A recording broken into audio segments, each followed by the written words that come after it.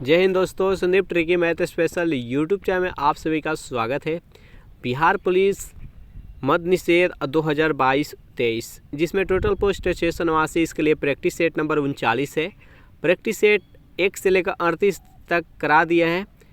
उसके लिए प्लेलिस्ट भी बनाए हैं, वहाँ से जाकर आप सारी वीडियो देख सकते हैं।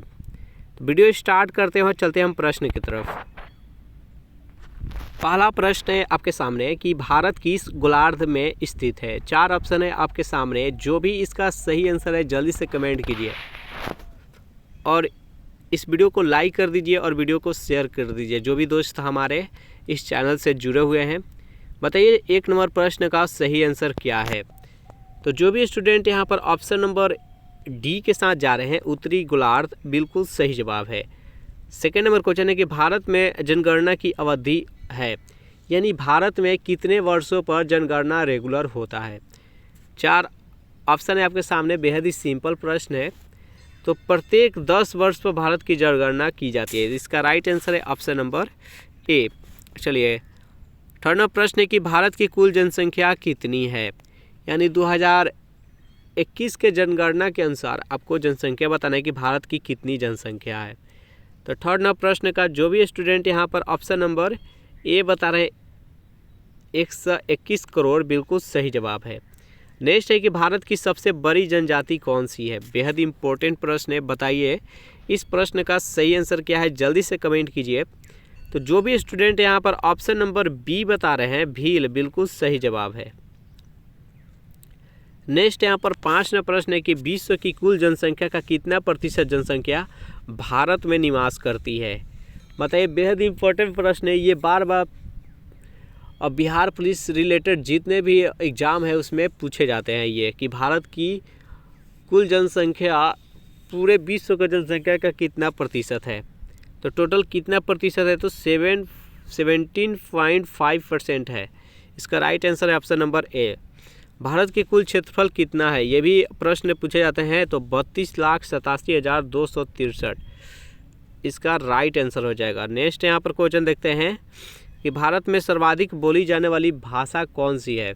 भारत में कौन सी भाषा है जो कि सबसे अधिक बोली जाती है, आपको कमेंट करना है। तो जायज़ बात है, भारत के राष्ट्रभाषा है का हिंदी, तो इसका राइट आंसर है ऑप्शन नंबर डी। भारत की कुल स्थलीय सीमा की लंबाई कितनी है। स्थलीय सीमा की लंबाई अब बताना है। बताइए इस प्रश्न का सही आंसर क्या है। तो 8 नंबर प्रश्न का जो भी स्टूडेंट आप ऑप्शन नंबर बी बता रहे हैं, 15,200 किलोमीटर, बिल्कुल सही जवाब है। द्वीपों सहित भारत की कुल समुद्री तटीय रेखा की लंबाई कितनी है, यानी द्वीपों का भी मिलाना है, यानी भारत का जितना भी क्षेत्रफल का सीमा है जो कि पानी से लगा हुआ है, उसकी लंबाई टोटल बताना है। 9 नंबर प्रश्न का सही आंसर क्या है, जल्दी से कमेंट कीजिए। तो जो भी स्टूडेंट यहाँ पर 7,516.6 किलोमीटर बता रहे हैं, ऑप्शन नंबर ए बिल्कुल सही जवाब है। नेक्स्ट 10 नंबर प्रश्न है, भारत की मुख्य भूमि से लगे समुद्र तटीय रेखा की लंबाई कितनी है। 10 नंबर प्रश्न का सही आंसर क्या है, तो इसका सही आंसर हो जाएगा option number C, 6100 kilometre. Next question देखते हैं कि भारत का मानक समय जो 82.1/2 डिग्री पूर्वी देशांतर रेखा किससे होकर गुजरती है। भोपाल से, रांची से, बनारस से और नैनी से। बताइए इस प्रश्न का सही आंसर क्या है। तो 11वां प्रश्न का जो भी स्टूडेंट ऑप्शन नंबर डी बता रहे हैं, नैनी, जो कि इलाहाबाद में स्थित है, तो इसका right answer option number D. Bharat एवं अफगानिस्तान के बीच कौन सी सीमा है। बेहद इंपॉर्टेंट प्रश्न है। रेड क्लिफ, मैकमोहन, डुरंड रेखा और 0 डिग्री रेखा। बताइए इस प्रश्न का सही आंसर क्या है। तो 12 नंबर प्रश्न का जो भी स्टूडेंट ऑप्शन नंबर सी बता रहे हैं, डुरंड रेखा, बिल्कुल सही। भारत और पाकिस्तान के बीच रेड क्लिफ है, भारत और चाइना के बीच मैकमोहन रेखा। चलिए नेक्स्ट क्वेश्चन देखते हैं कि भारत में राज्यों की संख्या कितनी है। तो टोटल कितनी संख्या है, तो 28 है। नेक्स्ट क्वेश्चन, अफगानिस्तान की सीमा से लगा एकमात्र केंद्र शासित राज्य कौन सा है। यहाँ पर अफगानिस्तान से भी भारत सीमा बनाता है, तो आपको बताना है कि कौन सा केंद्र शासित प्रदेश उससे सीमा साझा करता है।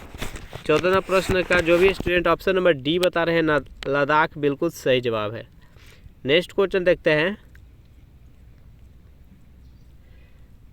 15वां प्रश्न है कि भारत की जल क्षेत्र सीमा कहाँ तक फैली हुई है? 8 समुद्री मील तक, 12 समुद्री मील तक, 16 समुद्री मील तक और 20 समुद्री मील तक। बताइए 15वां प्रश्न का सही आंसर क्या है? तो जो भी स्टूडेंट यहाँ पर ऑप्शन नंबर बी बता रहे हैं 12 समुद्री मील बिल्कुल सही जवाब है। नेक्स्ट यहाँ पर आपको बताना है कि कर्क रेखा कितने राज्यों से होकर गुजरता है? भारत से होकर कर्क रेखा गुजरता है, जो कि भारत के 8 राज्यों से होकर गुजरता है, जिसमें कि गुजरात है, महाराष्ट्र है, मध्य प्रदेश है, ऐसा ही पश्चिम बंगाल, त्रिपुरा होते हुए 8 टोटल राज्य है इसमें। चलिए नेक्स्ट यहाँ पर 17वां प्रश्न है कि 82.1/2 पूर्वी देशांतर रेखा भारत के कितने राज्यों से होकर गुजरता है? बताइए इस प्रश्न का सही आंसर क्या है? तो 17वां प्रश्न का जो भी स्टूडेंट ऑप्शन नंबर सी बता रहे हैं 5, ऐसे कर्क रेखा है जो कि भारत को ऐसे बांटता है, और ये जो रेखा है जो कि ऊपर नीचे बढ़ता है। चलिए नेक्स्ट क्वेश्चन देखते हैं कि नई दिल्ली भारत की राजधानी कब बनाई गई? 1911 ईस्वी को, 1912, 1931, 1935। बताइए 18वां प्रश्न का सही आंसर क्या है? 18वां प्रश्न का जो भी स्टूडेंट ऑप्शन नंबर सी बता रहे हैं 1931 बिल्कुल सही जवाब है। चलिए नेक्स्ट क्वेश्चन देखते हैं। सॉरी दोस्त, इस प्रश्न का सही आंसर है ऑप्शन नंबर ए 1911 ईस्वी। कलकत्ता से नई दिल्ली बनाया गया था भारत की राजधानी। चलिए नेक्स्ट यहाँ पर 19वां प्रश्न है कि बांग्लादेश से 3 तरफ से घिरा हुआ राज्य कौन सा है? जो बांग्लादेश का सीमा है उसमें भारत के कैसा राज्य है जो 3 तरफ से बांग्लादेश से ही घिरा हुआ है? तो उसका राइट आंसर है option number C Tripura. Next यहाँ पर 20वां प्रश्न है कि आदम का पुल किसके मध्य स्थित है? भारत एवं पाकिस्तान के बीच, भारत एवं श्रीलंका के बीच, श्रीलंका और बांग्लादेश के बीच, और भारत और मालदीव के बीच। तो 20वां प्रश्न का जो भी स्टूडेंट ऑप्शन नंबर बी बताएं भारत और श्रीलंका बिल्कुल सही जवाब है। चलिए नेक्स्ट 21वां प्रश्न देखते हैं कि भारत की दक्षिणी बिंदु भूमध्य रेखा से कितनी दूरी पर स्थित है? 570 किलोमीटर, 260 किलोमीटर, 876 किलोमीटर और 1290 किलोमीटर। तो 21वां प्रश्न का जो भी स्टूडेंट ऑप्शन नंबर सी बता रहे हैं 876 किलोमीटर बिल्कुल सही जवाब है। नेक्स्ट यहाँ पर 22वां प्रश्न है कि जनगणना किस अनुच्छेद में वर्णित है? यानी किस अनुच्छेद के तहत भारत का जनगणना है जो कि प्रतिवर्ष 10 वर्ष पर की जाती है, उसके बारे में वर्णन किया गया है। तो 22वां प्रश्न का जो भी स्टूडेंट ऑप्शन नंबर बी बता रहे हैं अनुच्छेद 246 बिल्कुल सही जवाब है। भारत में प्रथम जनगणना की शुरुआत लॉर्ड मियो के शासनकाल में किस वर्ष की गई थी? बेहद इंपॉर्टेंट प्रश्न है। 23वां प्रश्न का आंसर बताइए। तो सर्वप्रथम जनगणना 1972 ईस्वी में किया गया था और रेगुलर 1881 ईस्वी से किया जाने लगा। चलिए नेक्स्ट है, भारत की सबसे लंबी अंतर्राष्ट्रीय स्थल सीमा किस देश के साथ है? चीन, पाकिस्तान, नेपाल और बांग्लादेश। तो इसका राइट आंसर हो जाएगा option number D Bangladesh. Bharat एवं श्रीलंका को अलग करती है, बताइए इस प्रश्न का सही आंसर क्या है? पाक जल डमरू, मध्य, मनार की खाड़ी, कच्छ की खाड़ी और ए और बी दोनों। 25वां प्रश्न का जो भी स्टूडेंट ऑप्शन नंबर डी बता रहे हैं ए और बी, यानी पाक जल डमरू, मध्य और मनार की खाड़ी दोनों के द्वारा भारत और पाकिस्तान को अलग किया जाता है। भारतीय उपमहाद्वीप में कौन सा सम्मिलित नहीं है? नेपाल, श्रीलंका, भूटान और बांग्लादेश। बताइए 26वां प्रश्न का राइट आंसर क्या है?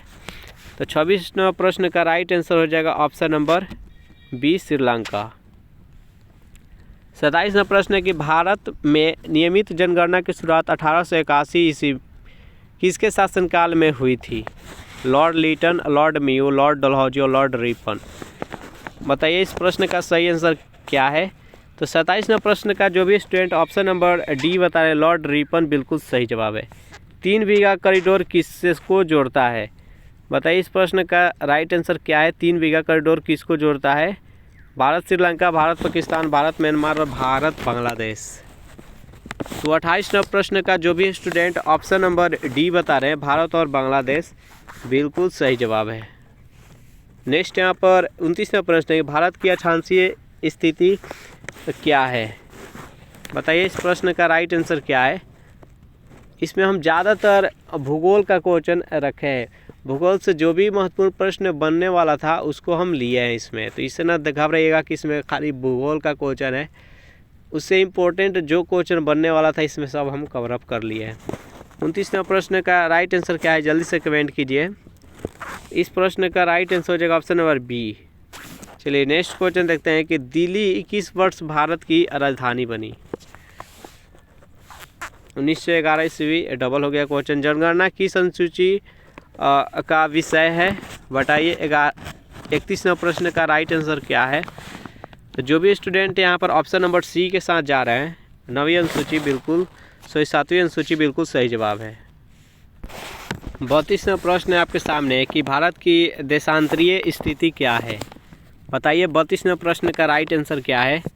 जो भी स्टूडेंट यहाँ पर ऑप्शन नंबर ए के साथ जा रहे हैं बिल्कुल सही जवाब है। चलिए नेक्स्ट यहाँ पर 33वें प्रश्न की जनगणना का महाविभाजक वर्ष माना जाता है। 1911 को, 1921 को, 1951 को और 1981 को, बताइए। 33वें प्रश्न का राइट आंसर क्या है। इस प्रश्न का सही आंसर हो जाएगा ऑप्शन नंबर बी, 1921। भारत की कुल साक्षरता दर कितनी है। 34वें प्रश्न का राइट आंसर क्या है, जल्दी से कमेंट कीजिए। जो भी स्टूडेंट यहाँ पर ऑप्शन नंबर डी के साथ जा रहे हैं 73% बिल्कुल सही जवाब है। विश्व जनसंख्या दिवस कब मनाया जाता है। 11 जुलाई को, 12 जून को, 12 अगस्त को और 8 मार्च को। तो विश्व जनसंख्या दिवस 11 जुलाई को मनाया जाता है। नेक्स्ट यहाँ पर जनसंख्या का अध्ययन को क्या कहते हैं। 36वें प्रश्न का सही आंसर क्या है, जल्दी से कमेंट कीजिए। जनसंख्या के अध्ययन को हम डेमोग्राफी बोलते हैं, तो इसका राइट आंसर है ऑप्शन नंबर डी।